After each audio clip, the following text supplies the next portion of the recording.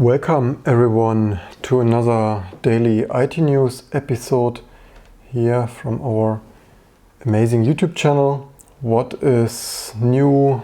Well, mostly broken bugs and security today edition. Also find stuff that you certainly turn your receivers on at home and tune in to be here for. Starting with something amazing, because usually we have too many broken stuff here. Here live from Oracle's blog. So yeah, you heard it here first, Oracle's blog. Can't make this up. Reimplementing a Solaris command in Python gained 17 performance improvement from C. They told us scripting interpreted languages are slow. But yeah, there you have it. Also, of course, this is not Python versus C. Certainly C more amazing. Well, somewhat sort of anyway, performance-wise. But of course, Python usually is slower, just like similar to Lua is.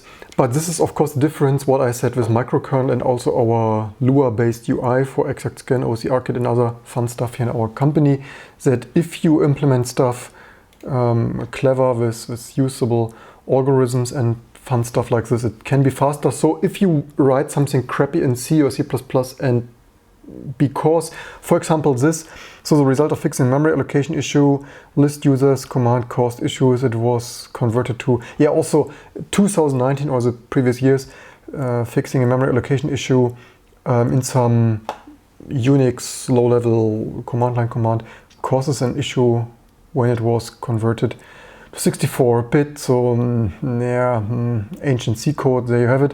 And largely untouched since 1988, which also people sometimes ask me, how do I like Solaris or something? Usually I say, yeah, it's a little bit old-fashioned to me. Also, operating system, previous videos on this other channel, which also is probably more like, how is it even linked there? Yeah, OS innovation, I made a video. Linux also mostly killing it, also the C, low-level C stuff. And yeah, if the issue is as so often, but also with C, right, you don't have like high-level stuff, you re-implement linked list and maybe use some garbage collection library, but certainly not in those low-level tools. And yeah, database of how many people have 100,000 users. There you see it's news on some news sites for if you have over 100,000 users, and like, yeah, amazing news. But for us, the takeaway is maybe don't write stuff in C. If you write low-level stuff in scripting languages like Python and Ruby, Lua stuff can be faster because built-in algorithms, like even in Lua, why is our UI stuff so fast?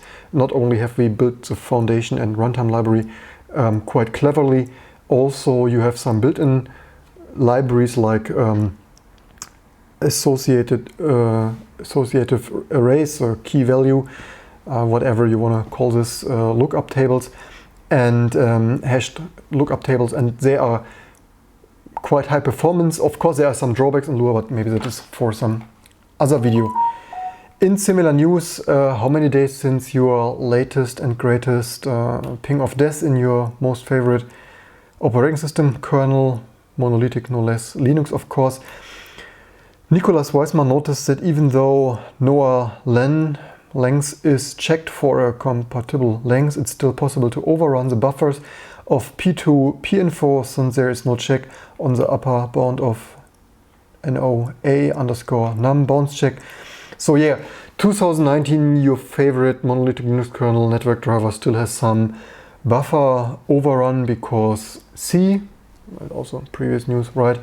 So yeah, if you thought running all those drivers, network drivers, Wi-Fi drivers in one address space, that is certainly a super amazing idea. In similar news, a super amazing idea meets a Linux desktop that will embarrass Windows and macOS in 2020. You heard it here, well, second after reading it on Forbes. This is so hilarious. If you haven't been paying attention to a little Linux desktop distribution called Deepin, also here previously just on our channel, that is for this Chinese goodness there of Linux stuff. Also, yeah, 2019, you need a Linux distribution made in China. So also, can we make money without open source? Yeah, we spent 20 years building, contributing Linux open source stuff, and then Forbes 2020, the latest and greatest Linux coming to you from Huawei. Also, from China with love. And so Huawei has chosen Deepin to ship on their MateBooks laptop. Never mind, the Deepin CloudSync is a killer. Yeah, 2020 CloudSync Linux will be the desktop killer forward syncing feature that every Linux distro needs to adopt. Yeah, 2019, the only thing stopping desktop Linux is CloudSync. Forbes told you. Here you have it. Amazing news. And never mind, the slide out of control center resembles something. Slide out control center. Something sexy and sensible straight from the future. But looking towards 2020, Deepin is poised to be absolutely stunning. Probably stop your press as a YouTube channel. We probably need to copy and paste Deepin Linux here quickly. Without a question, the most beautiful desktop environment they have laid eyes on, going from admiring it as an elevated desktop Linux distribution to downright salivating over it every time they revisit the OS. They remember not just how elegant it is, but that it's boasting that wow factor. Also, yeah, 2019 or 20. So the only thing stopping desktop Linux is what was it? CloudSync, the slide out control center, and the wow factor. Yeah. So it's not like Office suite, Windows applications, gaming, stability, whatever. No, it's the three things. Anyway, welcome everyone there in the audience. We have some comments. The Graver, welcome. The issue is caused with humans, not the language itself. You can hit yourself with a head with a hammer, whether it's a great idea or something. It's great, why does it need to, if it's that great, why does he need to revisit it? I don't know. Anyway, so yeah, I really wonder, maybe we had this fun videos of previous videos that we take a look on Haiku. Also, by the way, certainly maybe Haiku more amazing. Anyway, I will probably download this and take just a look the other day. But yeah, a little bit Mac clone, I don't know, Windows mix of whatsoever. Also, yeah, Ubuntu did this, everyone did this, everyone copied something, and yeah, probably the only thing that it's killing, like really killing Linux adoption 2020 is probably yet another Linux distribution, the 1005th Linux distribution, because the more the better, or probably not. And yeah, Deepin V20 launcher, just one component, forthcoming OS, and yeah, just copy of launch. Also, yeah, the only thing that stopped you from using desktop Linux is this amazing launcher preview, I guess. Anyway, in similar amazing news, do you need the private keys of NordVPN? Because this live stream is not sponsored by NordVPN, because as we previously said, most of the commercial VPNs are garbage, does not increase your security. It only allows the government to spy on their exit nodes more easily on your, or at least if you're Edward Snowden or other people in Hong Kong or somewhere else in China. So yeah, here some fine people found some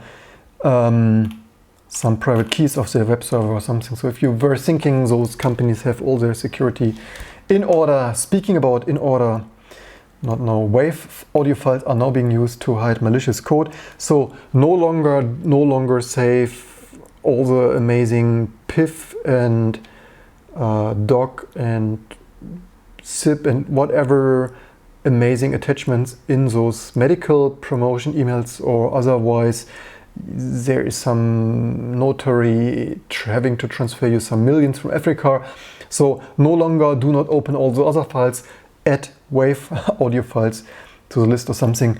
But no, actually this is slightly different. Stenography malware trend moving from PNG, JPEG to WAV files, and 2 reports published last few months. Technique is known as stenography, but yeah, I also wonder slightly why is it that much news. But anyway, there you have it. But who is surprised? I mean, why is this even news? You can obviously hide data in everything. Not the greatest surprise. In more amazing news, what was this even? Ah, right. 2019 desktop Linux is coming. This is so sad. So why do I really want, although yeah, so overworked the next weeks, I so want to, like, I somehow need to find some financial incentives, means something to write an amazing microkernel. Because if you take a look, you would think after so many years, nearly 30 years of Linux kernel. Things should be bug-free, right? After so many years, also what irritates me slightly is that the camera is offset. After so many years, it should be bug-free, but it isn't. And even in 2019, they still fix bugs in the memory management subsystem here. And this is so hilarious. Fixed debugging module, okay, fine, S390. But here was also only do, yeah, thinking this is probably a kernel event, it's probably a bug fix. Allow, yeah, remove arbitrary size, what is it, support removing, okay, whatever. Fix node, fix output, yeah, so fix output alignment. Yeah, maybe include some headers. Also, yeah, the code is so complex, doesn't even compile often with what even was there. So include, and yeah, also, yeah, so many. Also, yeah, there you see this live on memory management. They move so much of their own code around that even with all the config options and architectures, they move not only it breaking PS3, breaking SG Octane, breaking all kinds of other stuff. Apparently, yeah, moving it 30 years later, they still need to move headers around and it's break stuff. And fix, so set RAM, fix race between, so yeah, fix race, right? Exactly what you want in your monolithic kernel, why recurring shoutout stuff getting too complicated, should be split in several address spaces.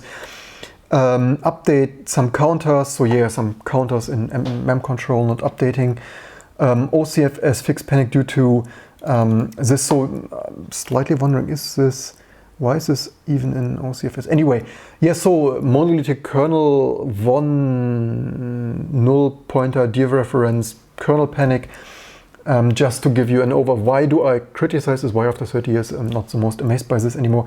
Huge TLB, FS, don't access uninitialized. So yeah, 2019, there is still use of uninitialized. Also, yeah, comments in the audience, it's not the language. If you can hit yourself with a hammer, yeah, certainly. Linux memory management subsystem, you can hit yourself with a hammer, use uninitialized data. Amazing languages in 2019. Just what you want to write your millions of line monolithic Linux kernel don't access. Okay, we had this. Do not enforce current limits on, also, yeah, the summary, not get number of pages based on something, so looks like a bug fix, fixed misnamed write argument and a related bug. Of course, it's frightening that all those bugs are there. This is why I try to bring this here to wider attention, that stuff is, despite adoption rate on servers and not so much desktop Linux, this is really frightening. If you laugh about Microsoft or Apple, which we also will have more news about, this is certainly not what a kernel, I really, the issue was also, in my opinion, not the greatest fan. Yes, performance, but one address space, maybe not the greatest idea, maybe also not the 10,000 of config options, that stuff works in this configuration but not the other. But the biggest thing is probably two things. One thing is endless refactoring, like let's move the code here, let's refactor the code there, let's add another API there, this API we don't like, remove everything there, and then they break a little bit there, they break a little bit there, and after a couple of years just stuff accumulates. Yeah, some benchmark missing, yeah, get up, whatever. Fix error handling, because yeah, why not fix panic? Also, yeah, another memory management, slab, fix a panic, free slab caused by premature mem, CG pointer release, don't access, uninitialized. So yeah, 2019, uninitialized, free, premature, and yeah, I rest my case for monolithic versus anyway. Commit today, reverted tomorrow. Yeah, good evening, welcome everyone. So yeah, you see, we do not only criticize Windows and macOS. This is, everyone always thinks everything is amazing. Certainly the Mac fans think Mac is amazing, Linux fans think Linux is amazing. Of course, some stuff works everywhere, but if you look what stuff is broken at Apple, just hashtag peak bugs.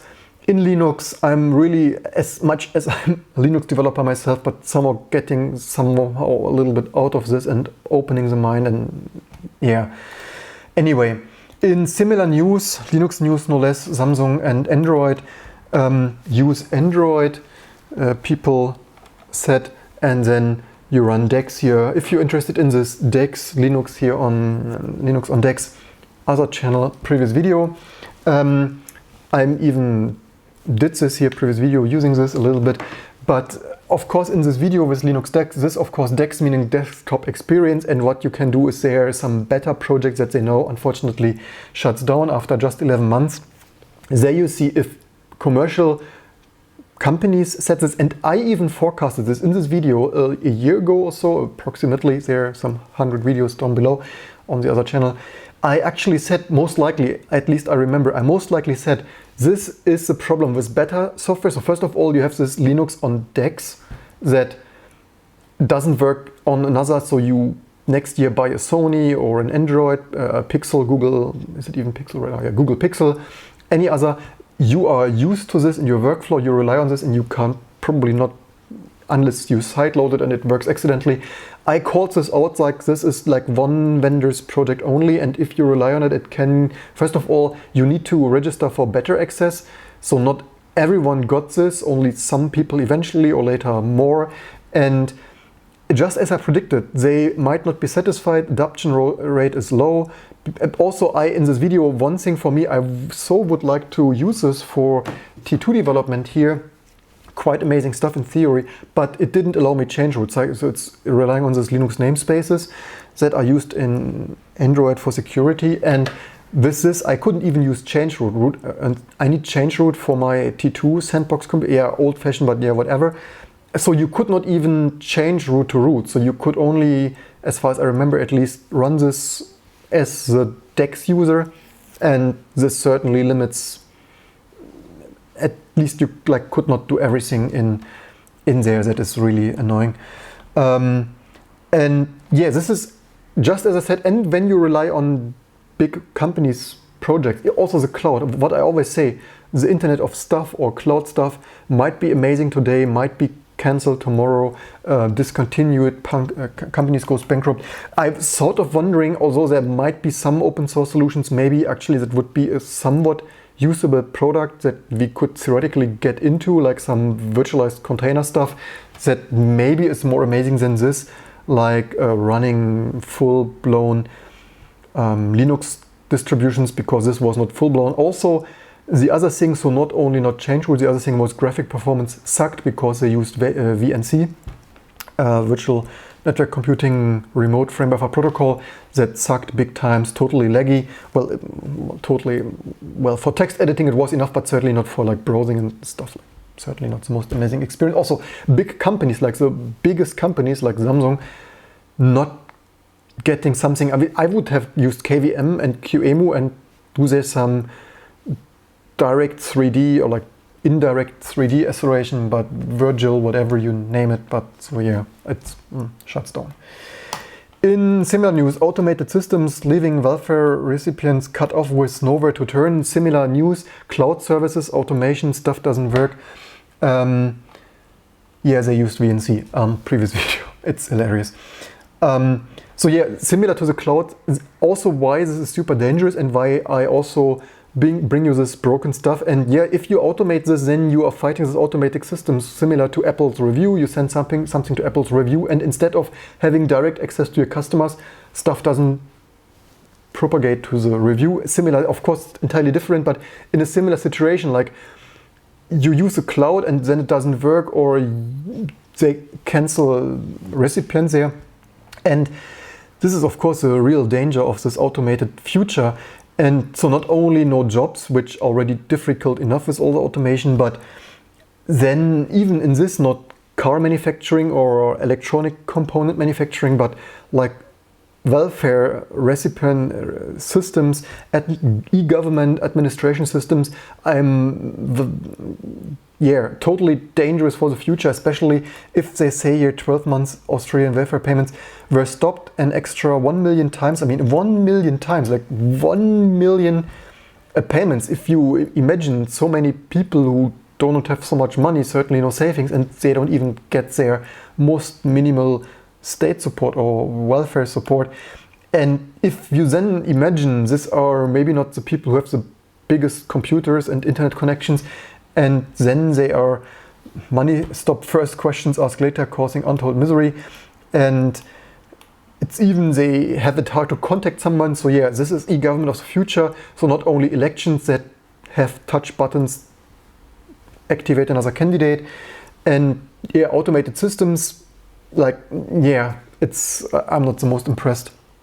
And yeah, $600. So their payments, 600. I don't know what means fortnight, whatever.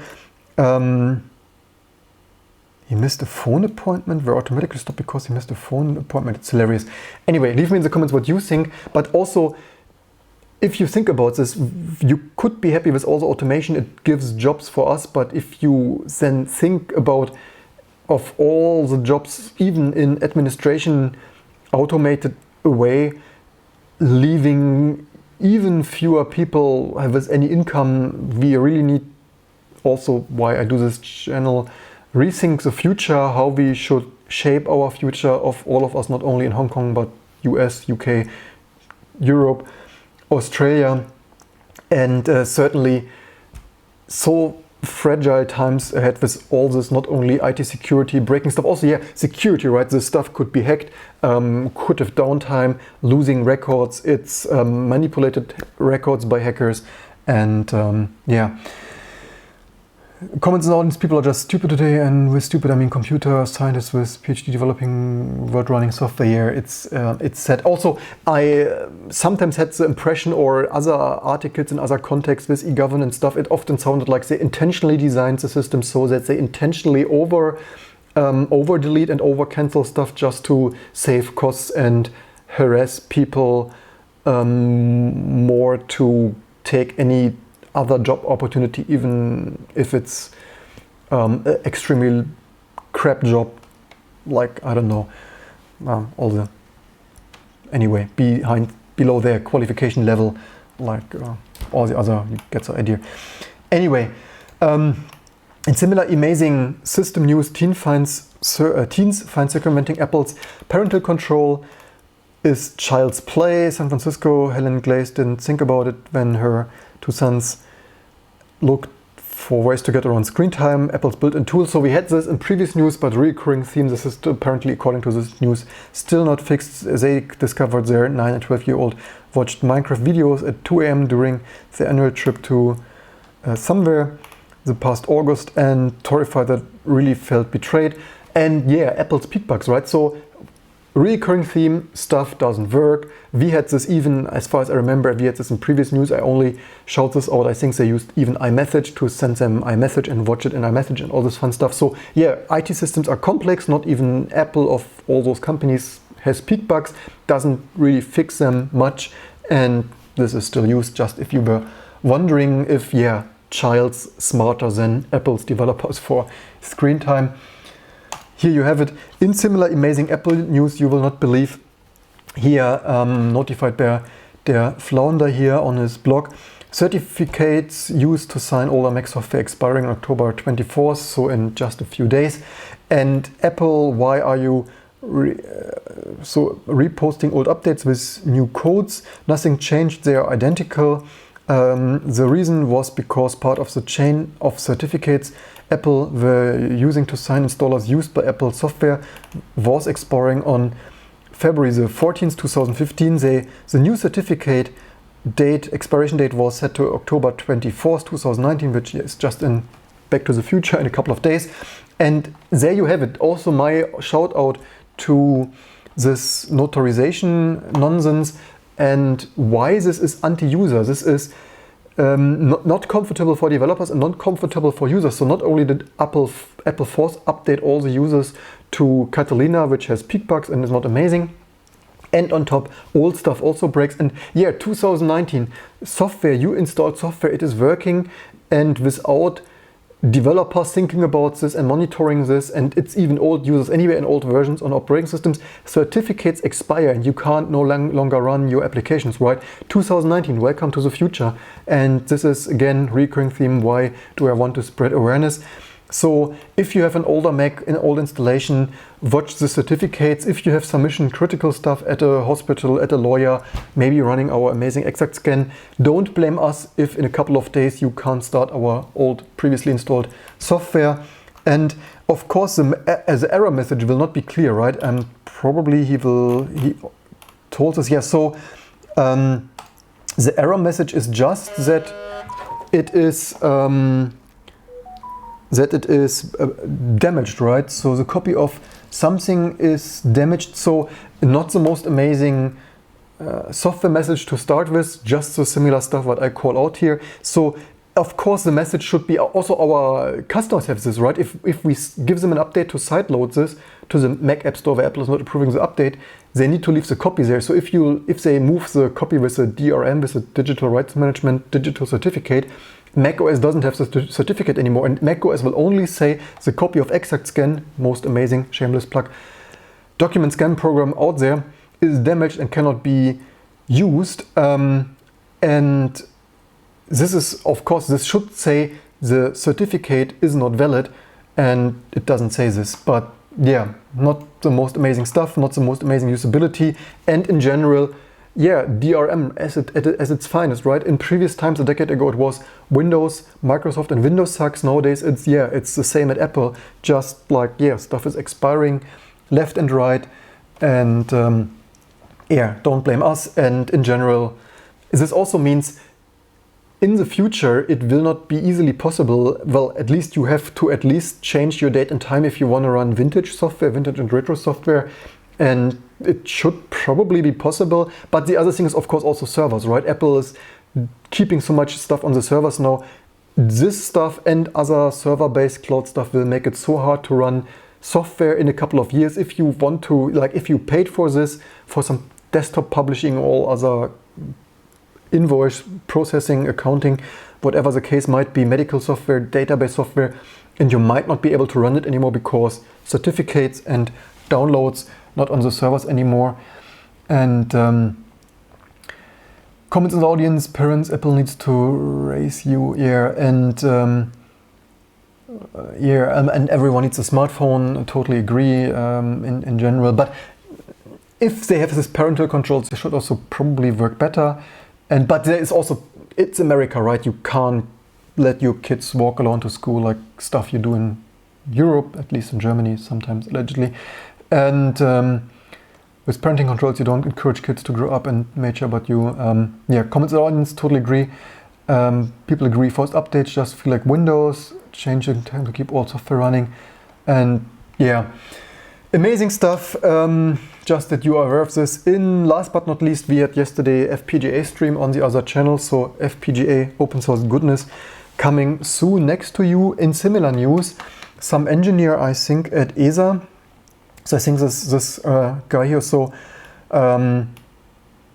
works at ESA, maybe even on, so there is an open source Spark implementation, and people found that there is some Pono Logic, this startup went bankrupt because startup, Silicon Valley startup, so Panologic G2 is some zero client, like thinner, smaller than thin client stuff. And so he wanted to play with FPGAs at home after working at ESA or something. And so people found if you want to get into even larger FPGAs, although I think the downside with this, not unlike 1-bit squares stuff of Piotr Aston here on Icebreaker from yesterday, their FPGA other channel. This is not compatible yet with the open source toolchain. I think this is another generation of Xilinx. So I think, as far as I've seen, this is, so you get this for cheap if you're lucky on eBay, maybe, allegedly, but you need to use a commercial tool chain, which might not be amazing. But then well, also this stuff is not as documented, right? So he got some stuff working, but not everything. Not that you go out, so be warned, this stuff is not open source friendly, not fully reverse engineered and stuff, but he got there some stuff running. So he has this open source Spark implementation synthesized here with this commercial toolchain, which, yeah, also commercial toolchain was not amazing to install because, yeah, commercial toolchain. Yeah, how do we live like this? The motto on this channel. how do we live like this with all this broken IT stuff and stupid ideas and stupid vendors and broken stuff? Yeah, virtual machine, that's just like, yeah, horrific, man. And so this is a Leon, this is a open source Spark implementation, I think, as far as I remember, 32-bit Spark. And probably this should be able to run Linux if you wanted to. And so not everything is working. I think he has Ethernet and DVI or so, or VGA working. So just another alternative, not that you tell me I'm biased and didn't tell you that, but again, commercial, unless you want to help Clifford Wolf reverse engineer this bitstream, which might take months or years or something. Maybe not, maybe you're a genius. Yeah, anyway, just that you're aware this exists. If you want to get used stuff from eBay that is not documented, and probably, but maybe you can clone this and replicate this and have fun with this. The big upside, not that I tell you all the downsides, like undocumented and reverse engineering and stuff. The big pro thing of this, I think this has significantly more logic elements or LUTs. I think like in the range of 10,000s, as far as I've checked earlier this morning or so. So yeah, just it is larger. You can run Spark 32, but yeah, other stuff applies. I hope you enjoyed this overview of stuff that is amazing and stuff that is broken. Thanks for tuning in there on your receivers at home, and looking forward to you to tune back, subscribe, share, like, and all the good stuff for the next episodes to come. And people agree. And what else is using i3? I remember doing this, changing the BIOS time, i3 gaps. Refuse to have this name run on anyway. And audience, don't forget to, yeah, hope to see you soon. Need to go home and continue more work, and see you soon for the next amazing stuff. Don't forget 2 channels, more live random stuff and more amazing pre-edited IT stuff there on the other channel. And yeah, till next time.